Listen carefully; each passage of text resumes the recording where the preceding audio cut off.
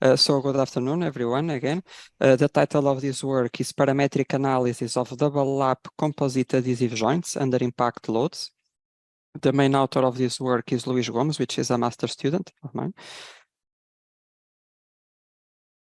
The index of this work is divided into the objectives, joint geometry and dimensions, materials, numerical analysis conditions, validation of the cohesive zone modeling technique under impact with experiments, considering the drop test, and then the numerical results regarding stress distributions and the strength prediction as a function of the overlap length, and the assessment of the CZM parameters effect on the outcome of the simulations. I will finalize with the conclusions and suggestions for future work. The main objective of this work is the validation of CZM for impact strength prediction of bonded joints, experimental and numerical study of double lap joints under impact, and evaluation of an important geometrical feature, which is the overlap length between 12.5 and 50 millimeters, and comparison between different cohesive parameters. The adherents and adhesives are also going to be explained in this presentation. Here we can see the geometry of the double lap joints. Here the main parameter to modify is the overlap length between the adherents, while all of the other parameters remain constant. The materials are two adhesives, the Valente V138, which is a brittle epoxy adhesive, the 7752, which is a ductile polyurethane. In these figures, we can see the properties under impact, which were estimated by extrapolation from properties at high speed, and the adherents are going to be fabricated from a unidirectional carbon epoxy prepreg with the properties presented in this table.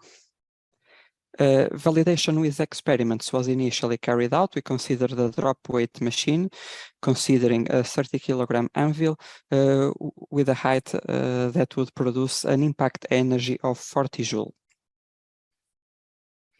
Numerically, the analysis conditions involve the CZM elements to model the adhesive, triangular CZM shape, a global mass size up to 0.2 millimeters, which is the thickness of the adhesive layer, and the impact energy of 40 joule was emulated by applying a specified initial velocity to an artificial mass created at the end of the joint. Here we can see the validation of the results with experiments. First, beginning with the AV138 adhesive, we can see that we have a good correspondence between the average experimental values and the numerical ones. The highest error was found for 50 millimeters overlap, but with an error below 5%.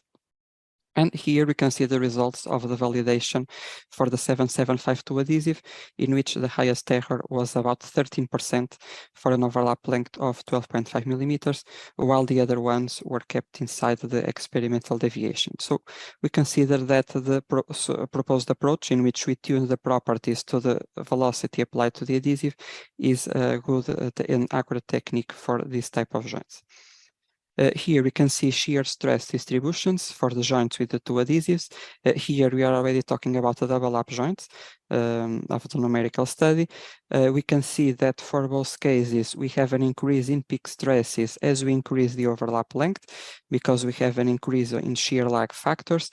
We can also see that there is no symmetry between the two edges of the adhesive.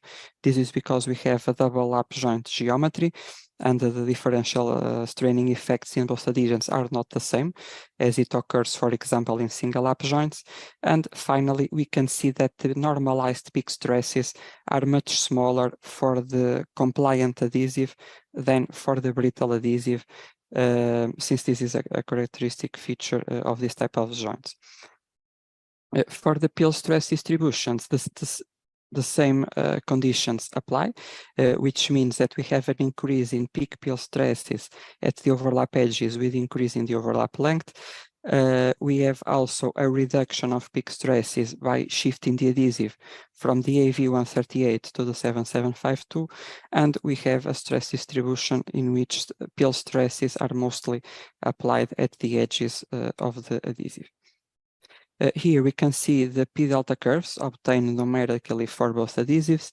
We have the characteristic oscillatory behavior up to the maximum load that occurs under impact due to the inertial effects. We can see that the Pmax are higher than for the single lap joints, because on one hand we have the double of the adhesive bonded area, and on the other hand we have less peak stresses due to the double lap geometry. We also see that increasing the overlap increases the strength of the joints, which is the peak value of the curves, and also that this increase is higher for the 7752, while for the AV138 it seems to have a plateau value above 25 millimeters of overlap.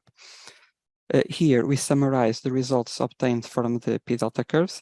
We can see that the AV138 has higher maximum load than the 7752 adhesive, because it is stronger in terms of bulk strength, but it has a smaller improvement in the Pmax as we increase the overlap length. And this is because this adhesive is brittle and it is more affected by the peak stresses that increase as you increase the overlap length. We can see that by the percentile increases over 12.5 millimeter, in which the value for 7752 is almost a threefold increase in the value of 12.5 millimeters. A CZM parametric analysis was also carried out to assess the effect of different modeling conditions. The first issue to test was to uncouple tensile and shear cohesive laws in the numerical models. And we can see that there is a difference. For example, for the AV138, the difference is up to 10 to 11%, while for the 7752 adhesive, the difference reaches almost 30%. So we can conclude that for more brittle adhesives, there is a lesser effect on uncoupling both modes than when we use ductile adhesives.